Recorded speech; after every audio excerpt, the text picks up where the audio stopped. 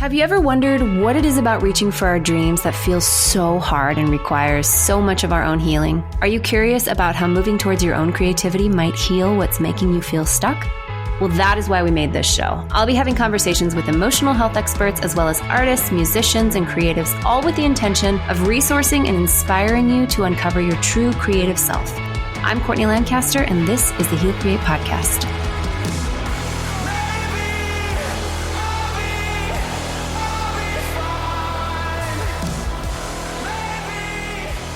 Hello, everyone. Thank you so much for joining us for another episode? Is it episode? Yeah, I guess episode of the Heal Create podcast. I am so excited you're here because I get to introduce you to one of my best friends in the world for 20 plus years. Welcome, Stephanie Bagato. Hello. Thank you so much for having me. Stephanie is an incredibly talented therapist from Indiana, and we have connected throughout the years of our friendship, always around emotional health, and we are both students of life and of healing, and we just have always found common ground on trying to figure ourselves out and figure other people out. Even in, the middle of really dark personal seasons, we always would be able to connect around curiosity. Even when we were in hard growing seasons as friends, we would be like, I'm so mad at you. I'm so mad at you too. Isn't this so interesting that we're so mad at each other? That's been our common ground, is just being students of life. And of course, you would grow up and turn into an amazing therapist. So I'm really excited to talk to you. And this is our third time recording this episode for a few different reasons. But what's cool about it is we've kind of narrowed down exactly what it is we want to talk about. And that is the topic of attunement.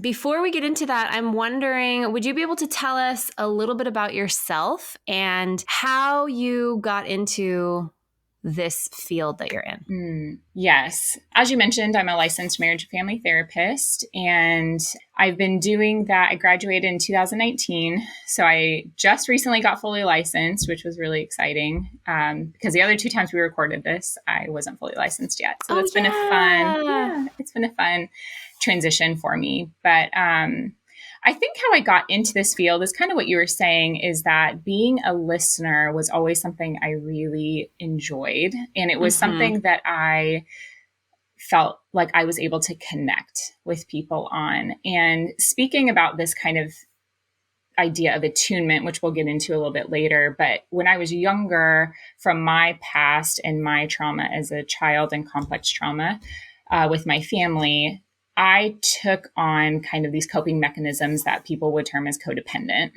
And through codependency, I became really able to attune to other people. And that was a way that I built connection, was able to attune to others. And what I've been doing now is learning how to attune to myself and kind of take those skills towards other people and use them back to me. And how that transitioned into my job was that I felt like something that I was kind of ashamed about being codependent, or felt like I didn't know how to get out of it, turned into this skill of being able to really listen to people and understand them and attune to what their internal worlds, what's happening inside of them, to be able to connect and for them to feel secure. And it just kind of was a natural transition from me being, what you were saying, like a student of life and being there with people, listening, and then turning into my job that I love. Yeah. And you're so incredibly good at it as well. Isn't it funny how the things that we're so good at can come from really, really hard, either lack or hard seasons or trauma? This might be a really good place for you to define what attunement actually means and how it applies to ourselves. Yeah. So I kind of want to, I hope it's okay for me to back up of kind of how I stumbled upon this theme of attunement. That I felt like was kind of on accident, and I was telling you about it, that I was listening to James Clear kind of talk about atomic habits, and he was giving this discussion about completely something else, about how when we have our habits, the habit isn't the big one where we go to the gym and we just try to stick with that habit, but it's the one right before. So getting your shoes on is the habit you want to keep so that you can keep going to the gym. Oh, like the things that trigger the ultimate, the big habit. Yeah. Yeah. And I don't know why, but I was thinking about attachment theory and how so much in psychology is based on that. And I think it's a really beautiful theory by Bowlby, and watching kids and their caregivers and how they've attached to them. But I was thinking, what about the thing right before the attachment? Like, I don't know that I hear a lot about what's the thing that gets researched or noticed before that. And I started thinking, oh, I think it's attunement. And I started looking at definitions of them, and really there wasn't a lot. And Dan Siegel was kind of the only one that I felt like comprised it really eloquently, that basically it's when our internal world meets another's internal world and it resonates with each other. And through that resonance, we shift. And that's the feeling of feeling felt. So through my internal world and your internal world, we feel felt. And with that comes connection and attachment. So that's the thing that helps us to feel attached and connected. And then even further, as we grow into adults and on, that attachment can be with self, and that attunement can be with self. And I can look inward to me, and I can know that I am understood, that I belong, that I'm connected and attached even with myself. Yeah. Yeah. And I think it's not only that it can be applied to self, but that it's kind of imperative to overcome trauma, to heal, to live in our full embodied self. So I love how you explain that. And I would agree. And I would add that, when I was learning, when I was going through my healing journey, that so much of what caused where I was at was a lack of attachment. Which came from a lack of attunement. So children who have caregivers that look them in the eye, that notice when they're sad or notice when they're happy, notice when they're in need, whether it's physical needs, hungry, tired, whatever, or emotional needs, and that can meet those needs or be with the child as they're learning how to meet those needs for themselves, that creates a secure attachment. And it takes a healthy parent in order to give that to a child. So many of us that didn't have that actually had parents who had parents that didn't have that. And I heard somebody say, we're all victims of victims, and not, that we are victims, but that just the idea that, if we didn't get it, it's because our parents didn't have it to give. And so the work for so many of us is to grow up into people who can attach to ourselves, to our inner, true, loving, highest inner parent, adult self. And there's so many ways to do that and to cultivate that. And that's what I want to talk to you about.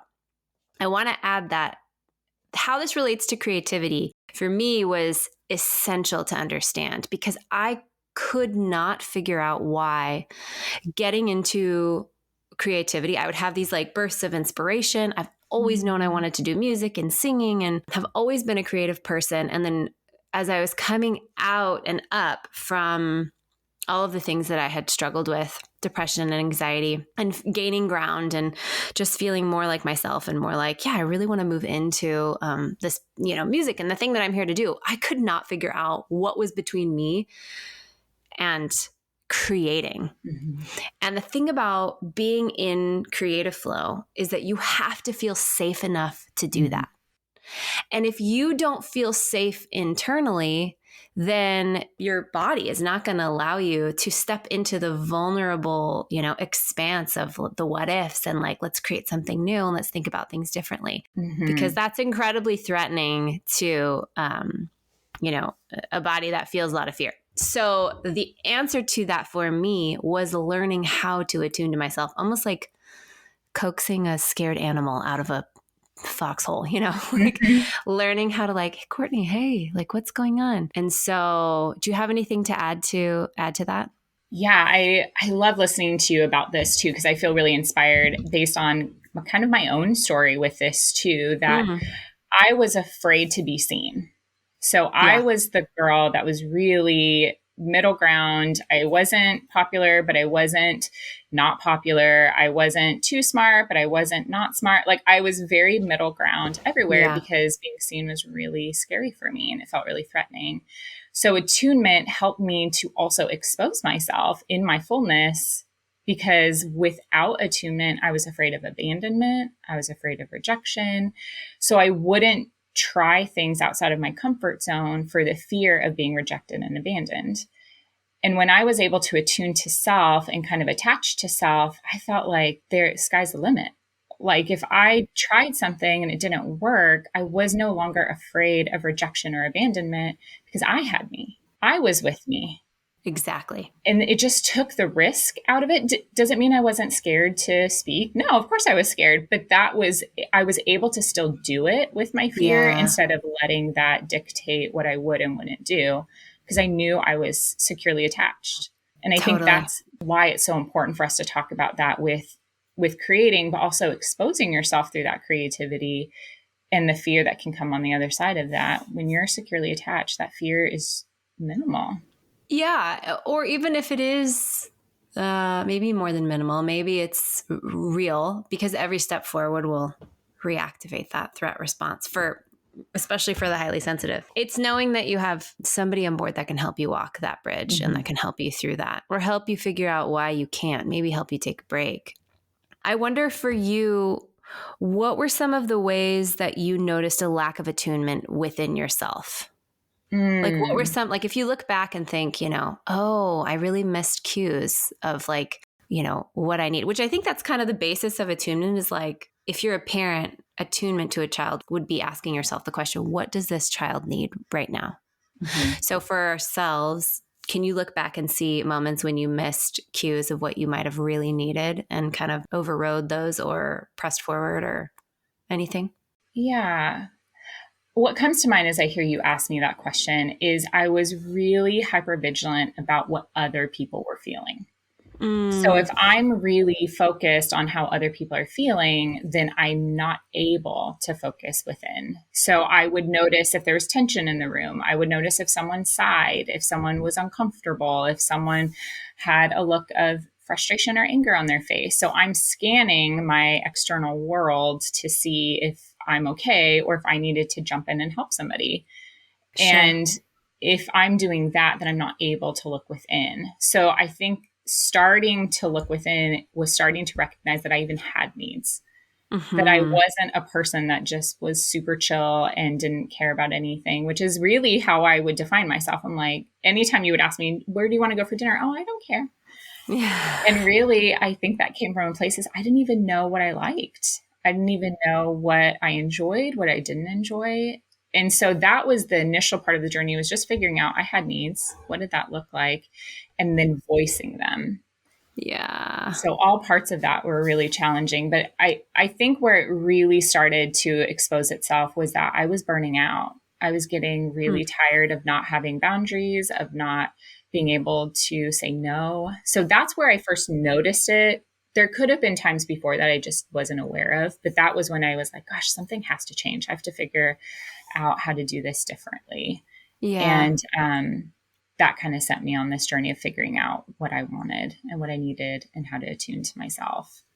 Yeah, totally. Well, and I think you're bringing up something that a couple of times you've mentioned this, and it took me a while to really understand this concept of how do we lose, or what happened to keep us from learning how to attune to ourselves. And this is how it was explained to me and how I've come to understand it. When you have a caregiver or caregivers who are not healthy, they don't know how to take care of themselves. They're not emotionally mature. They're not connected to themselves. They don't feel safe in their body. Then that means that you have a caregiver who doesn't have the capacity to pay attention to you and to make eye contact and to, give the compassion and the nurture necessary to help you feel safe. So a child would never be able to think, oh, I don't think my caregiver is very safe. If you have a neglectful mom or dad, you wouldn't say, gosh, my caregiver is really she's not a safe person. Instead, what happens, and I should back up and say, because if a child really recognized the situation like that, like my parent is not online, my parent is not available or a safe person, that would be terrifying. Terrifying to think. I mean, just from a survival standpoint, if you have a caregiver who's not able to take care of your needs, your nervous system, your body doesn't know where that ends. Well, am I going to get food? Am I going to have shelter tonight? So what a child will do instead is very cleverly and brilliantly go to the thought process of, okay, my parent is not okay. but I have to stay connected to them for my survival. So it must be me. I'm going to do whatever I can to make sure that I don't make things worse. And I'm just going to watch them, pay attention to them, make sure that I don't, emotionally hurt them. And that means you get really good at paying attention to what's going on with your parent. Are they drinking? Are they sleepy? Are they like distracted? What can I do? Do I need to stay out of their way? Do I need to make my own breakfast this morning? Basically, in order to stay connected to your caregiver, you're constantly paying attention to what's going on with them. Mm-hmm. So that you can stay connected and also survive. And so that just creates so many adults that are exhausted from paying attention to what everyone else wants, are so disconnected from their own preferences and have no idea who they are because they have spent their entire lives trying to make sure everyone else in the room is okay so that they can be okay. Right. Yes. And one thing that I was thinking about as I hear you talking about that was that we also will pay attention and help our caregiver in hopes that they will give it back to us. So there's also this element of kind of mirroring. Like if I get you water, maybe you'll get me water. If I ask you how you're doing, hopefully one day you'll ask me how I'm doing. And I think that there's this really important ability for us to create a workaround. I'm not getting attuned with, I'm not getting my needs met. My internal world is not being seen. So maybe if I see yours, you could see mine. Ouch. Yeah. So I think, again, where this connects with creativity is if you're not connected to your preferences. So many of us have so many buried dreams of creativity. I would say probably all of us in one way or another. But if you're not connected to your dreams and your preferences and the things that light you up, then it's really hard to move into or move towards the things that, only you can do. And that's when it's so important to learn how to help yourself feel safe enough to move into that. A few years ago, in 2020 especially, I remember I would get really excited by myself when there was no real risk or threat. I would just be driving in my car listening to music, and I would be like, I'm totally going to write all this music, all these songs. I'm going to sing, and it's going to be awesome. And then I would schedule like a co-write with somebody that I really admired, like, hey, do you want to write some songs together? And I'd be super stoked. And then they would come over and we'd sit at my piano and I would freeze. And this happened a few times. You know who you are if you're listening. But I would, and my friends, my artist friends were so, kind. But I remember sitting there and just being like, could not think of anything and being so frustrated. Or I would just go and sit down myself and like try and maybe create my website for my business, or maybe try and just write a song myself. And I would completely freeze, or I'd all of a sudden feel really tired, which is a dorsal response in your nervous system. All responses that were like, basically my body was like, this is not safe, because creativity looks like the ultimate vulnerability. But like you said, if you know you'll be okay no matter what, you can step into that vulnerability. And that's when things can grow and bloom. And that's when you can create. I'm wondering, do you have any examples for how you created attunement to self from scratch? I know you've talked a little bit about this, but when you were very beginning, what were some of just the very first things that you're like, okay, we got to do this? Yes. Okay. So the first thing I did that I remember set me on the trajectory of attuning to self was I wrote myself a letter. I think back to this, and I want to normalize, if anyone else does this route of writing themselves a letter, that my letter to myself was very cold and really like a stranger wrote it. Like it was like, dear Stephanie. Yes, it was very interesting and telling. And I think however your first letter looks, just know it's data. Like we understand where I understood where I was, and it helped me move into compassion. And I think that's the thing we want to resource is our ability to be compassionate to self. And that's the way to reparent. That's the way to be our authentic self, is through compassion.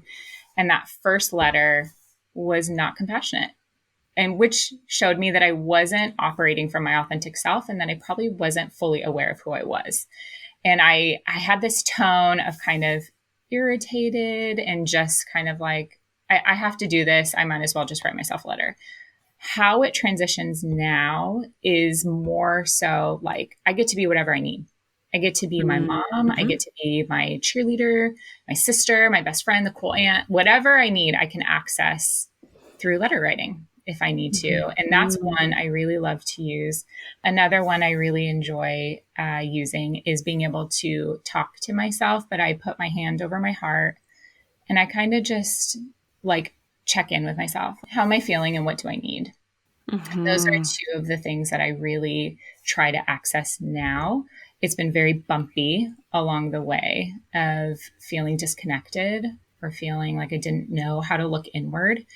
I didn't know how to sit with myself that way. Like sometimes that doesn't feel safe to do and look and be with self. So I think just little bits of practice at a time increases our capacity. Yeah, absolutely. Do you have any examples of like being like, wow, like that really, really worked?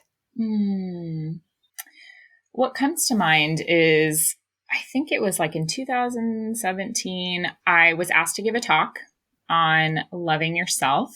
Oh, yeah, I remember this. And that was the first time as an adult that I was in grad school. I had done a lot of healing up until that point, but it was the first time that like I was exposing myself in front of people. And I started noticing that I was really uncomfortable. And I was thinking like, I started noticing my heart was racing, but then I was avoiding things. I was trying to keep busy. So just my personal telltale signs of not wanting to sit with my emotions, that I was feeling something and I didn't know how to be with myself there. So finally one day I was like, hey, what is this? And I just sat with myself and I'm like, hey, Stephanie, tell me what's going on. Like, what's happening for you? And I realized that my voice was really scared to be heard. And I was really afraid that if I spoke and people didn't agree with me or didn't like what I had to say, that I would be rejected and abandoned. And those are some of my really big core wounds, and arguably most of our really big core wounds. And when I noticed that, I was able then to soften towards myself and reparent that part. And so I just told myself, your voice is worthy of being heard. What you say matters. And I'm here with you. Whatever happens, I'm right here and I'm never leaving you. And that me saying I'm never leaving you, my young parts, probably for the first time ever, felt like there's nothing I couldn't do then. Yeah. I just had never felt that way before. Sure. I always felt like I was kind of walking this tightrope of being in or out of people's good graces or connection. So I would ensure that I would stay in. And this was the first time that I was looking to stay in with me. Like, I'm proud of me. I love you. No matter what you do, I'm right here. And that was the first time I felt like I felt it and I realized it, and I was motivated, like super inspired and excited to do whatever I felt like I wanted from that point on. Yeah. I think that, when you're talking about young parts, just to define that a little bit, well, we all have so many parts of us. If anybody's interested in what we mean by that, parts work or understanding parts, there's so many good books. Richard Schwartz has a lot of great books. No Bad Parts is a great book. Jenna Remersma has Altogether You is another great, it's parts work from a Christian perspective. But this idea that like there's so many different parts of us means that we all have what psychology would call like the seed of the self. This true core, untriggerable, solid part of us. We all have this part of us, or even the Bible calls it like your spirit seated in heavenly places. Like whatever lens you look at it from, there's probably a lot of different really cool ways to describe that. But your highest self, your truest self, that part of you is the part of you that gets to parent and, like we've talked about, attune to and take care of all of the younger parts of you. And the younger parts of you are parts of you that are scared, that got scared somewhere in the past. And whatever's happening in this present moment is reminding them of that. And so when they come up, we get to parent, reparent, and be with those parts of us. Is there anything you would want to add to that? Yeah, the thing that I was thinking about too is just kind of when we hear that term triggered or activated, that part we can also recognize is usually a younger part of us. So that's kind of what I was realizing for myself too, was that I was getting triggered and activated, and it was a younger part that was afraid of abandonment or rejection. So I think those can go together. If someone has heard triggered, that's kind of what it's alluding to, is this like really young, not fully formed part of ourselves. Yes, totally. So inspiration is a sign of your adult self. Inspiration is the part of you that looks to the future and thinks about what it can create. When you're feeling that kind of connection to what you'd love to build or create, that's a really clear sign. Not that the exact thing needs to manifest exactly the way that you saw it, but that inspiration, that feeling of inspiration represents that adult self. So for creatives, for people who are artists and musicians and creatives, we feel into that inspiration. We want to move towards it. And then for so many, I would say most of us, we notice some kind of resistance. I remember there was a book called The War of Art. Have you heard of it? Mm-hmm. It talks about resistance as a character, as like almost like an enemy or a force that's trying to keep you down, and that who doesn't want you to succeed and doesn't want you to create and build. And that's a really, in the art world, that's a really common, and in the spiritual world as well, just this dark force that's trying to keep you down. But when you understand how your physiology works and how trauma works, you're like, oh, this isn't a freaking enemy. This is like my body is remembering really painful, hard things that I've been through and wants to keep me from ever experiencing that again. So it's shutting my connection to my inspiration off. Mm-hmm. It's putting me in freeze mode, keeping me from being in flow, keeping me from feeling safe enough to create. And that's not resistance that's against you. That's actually resistance that's very much for you. Mm-hmm. But our job from the inspired adult self, and it's not always easy, but very possible, is to befriend that part of us. Mm-hmm. To figure out what are you scared of?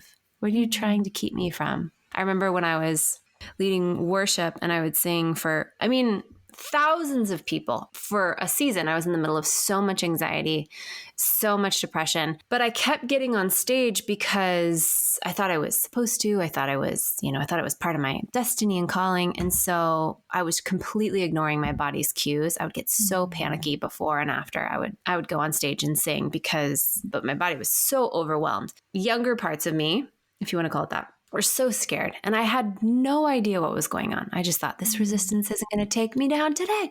So as I took a break from that, what I noticed was coming back into the idea of singing, so much resistance there. Because of course. And I've had to like gently be like, this is not then. Mm-hmm. That's not what this is. We're not escaping. We're not ignoring. This is actually why I'm here. It's actually what I'm here to do. What do you need to feel safe? And I think that that's a really good attuning question that we can ask ourselves when we're thinking about moving towards something, is thinking about it in terms of baby steps.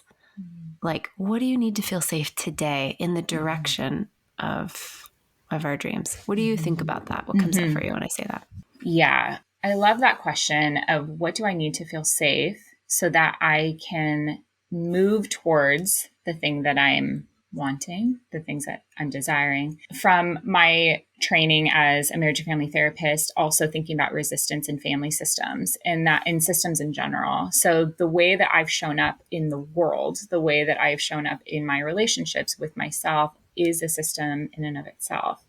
So if we're talking about I'm changing that system by me now exposing myself, by creating, by sharing my creativity with the world, I'm changing my role in this system as well. And so that can also look like resistance because systems know and appreciate what they know, how things have always worked. So I think as we're talking about safety, that we can stay safe even as we're changing that system and recognizing that sometimes resistance is part of that change, but that's not the gauge to say we're doing something wrong or we shouldn't be doing this. We can normalize that could be a part of it and how to feel safe while we move beyond that resistance. And I think as I hear, what do I need to feel safe? I think this is, you would probably know this better than I would, but kind of that sitting with the idea for small increments of what would it feel like to me to even imagine myself in creating or releasing part of That's my good. art into the world. Like, and it's small increments at a time. It's like 8 to 10 seconds of me imagining what it would feel like to do the thing that I'm wanting to move towards, so that that can feel safe to my body. And then that gets to increase its capacity little bits at a time. But I mean, it could even start just there, this really small imagining of that. Yeah. I don't know if you've ever heard of brain retraining or if we've ever talked about it, but that was absolutely pivotal for me. The daily imagining of what it will be like when I, do the thing that I'm looking to do. Because have you heard it said the nervous system is a show, not tell system? So meaning you can't just tell yourself it's going to be fine. It's going to be awesome. Like, why are you freaking out? Yeah. Like we have to move, like, or like we're going to do this and it's going to be great. We actually have to show our system that it's safe. Or another way you can think about that is showing your younger self, like where you want to go. And because the younger self is just imagining and projecting onto your present all of the things that could go wrong based on all the fears that she's experienced. So when you show your body and your younger self where you want to go, like you just said, that means imagining, let's say, I want to, I don't know, go on tour or something. I mean, that would be a really big one, but maybe something much smaller than that. Maybe I just want to have like a small performance at a coffee shop.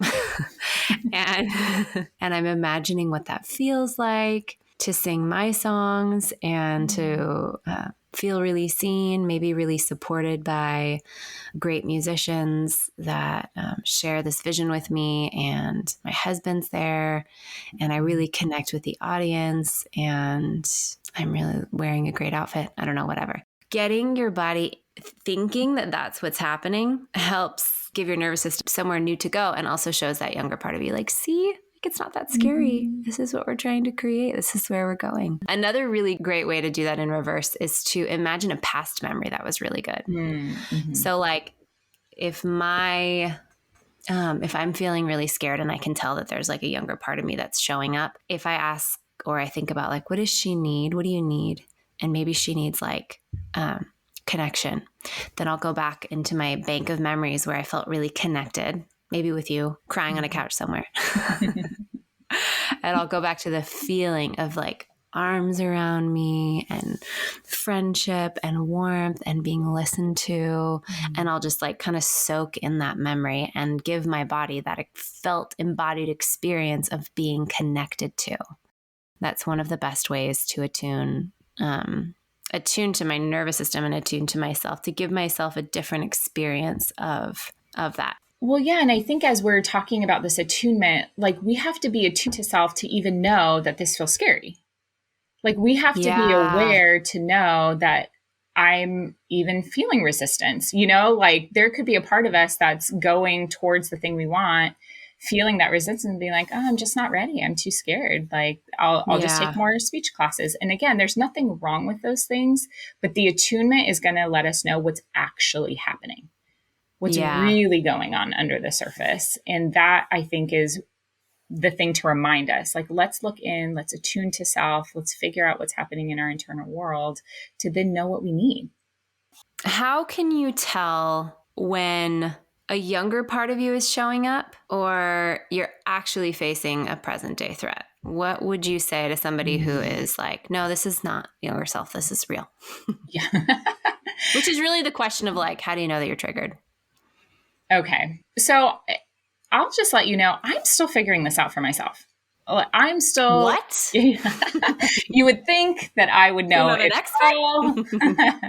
But I think where my mind wants to go and how I have experienced this with myself is that when my reaction to something feels bigger than what present day is experiencing at the moment. So when I was getting ready to talk, yes, I'm going to have nerves.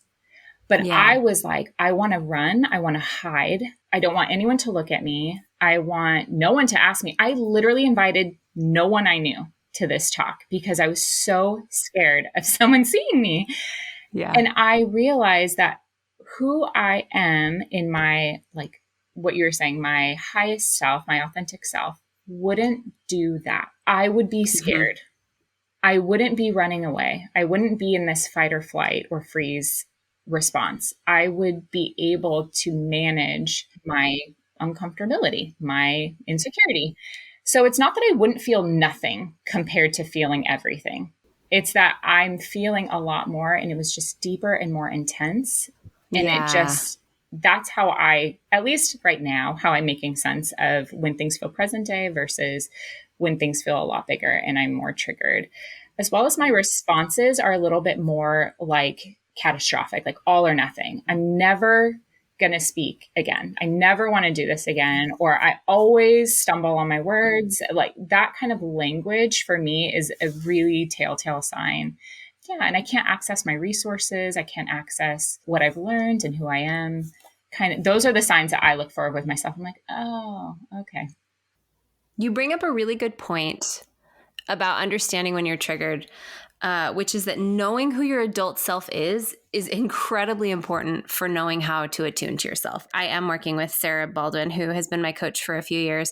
When I first started working with her and I was so underwater, she had me create an evidence journal, which was a notebook specifically for the purpose of recording the evidence of who I was when I was in my adult self. Meaning, if I had moments of inspiration, clarity, calm, laughter, joy, connection, she wanted me to pull up my evidence journal and write what felt true for me in those moments. Or what's a dream that I have for my life? Or what is my next right step? That's really the only place that you should be making decisions for your life or gathering identity. And when you are not clear on who you are, you do need to pay attention to those moments because it helps to separate your adult self from your younger self. So like you were talking about in that example, it sounds like you could notice your reaction with that curiosity on board and say, oh, okay, so this reaction is really big and really black and white. I'm safe. So something about this is reminding my younger self of how scary it was to be seen as a kid. How can I come to the aid of this younger part? Does that feel true? Yeah. I think too, I was able to access that.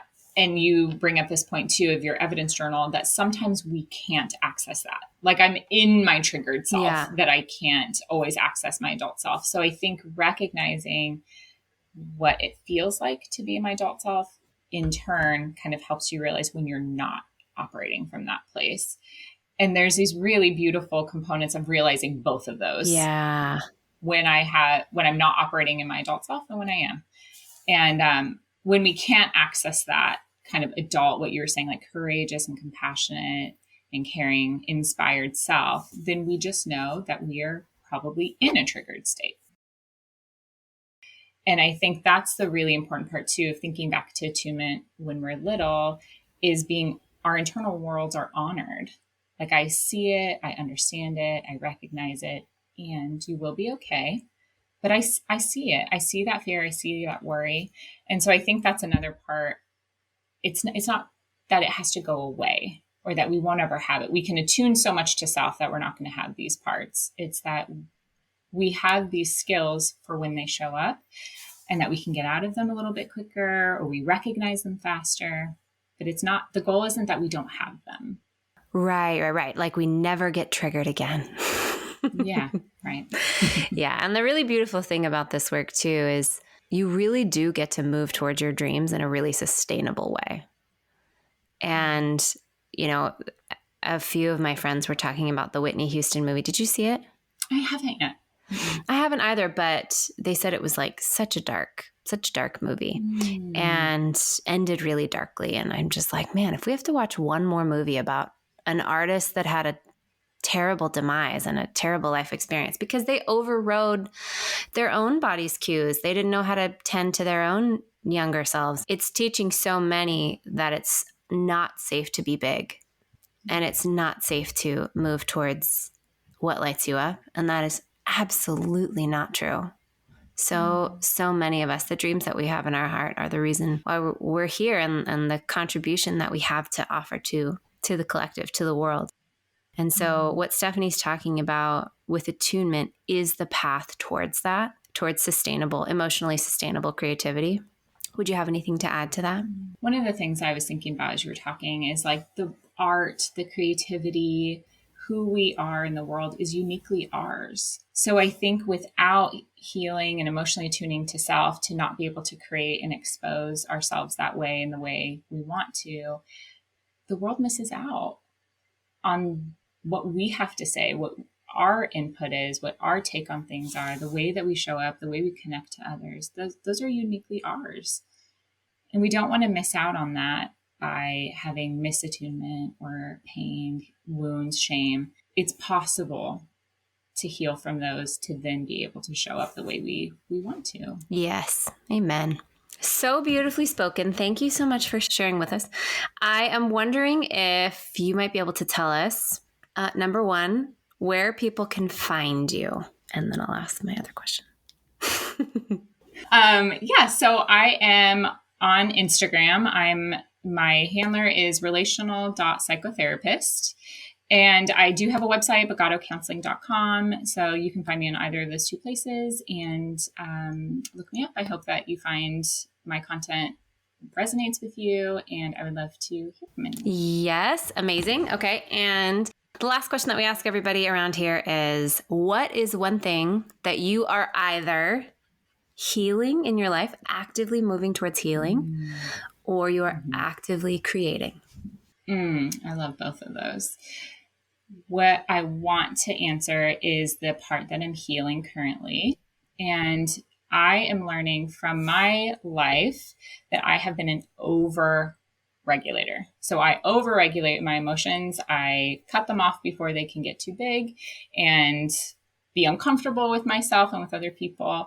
I think being trained as a therapist also reinforces this ability to do this because I can think about things and I can rationalize things. And so I'm actually having to learn to do the opposite, where I am allowing myself to feel the messiness of my emotions, that I have them.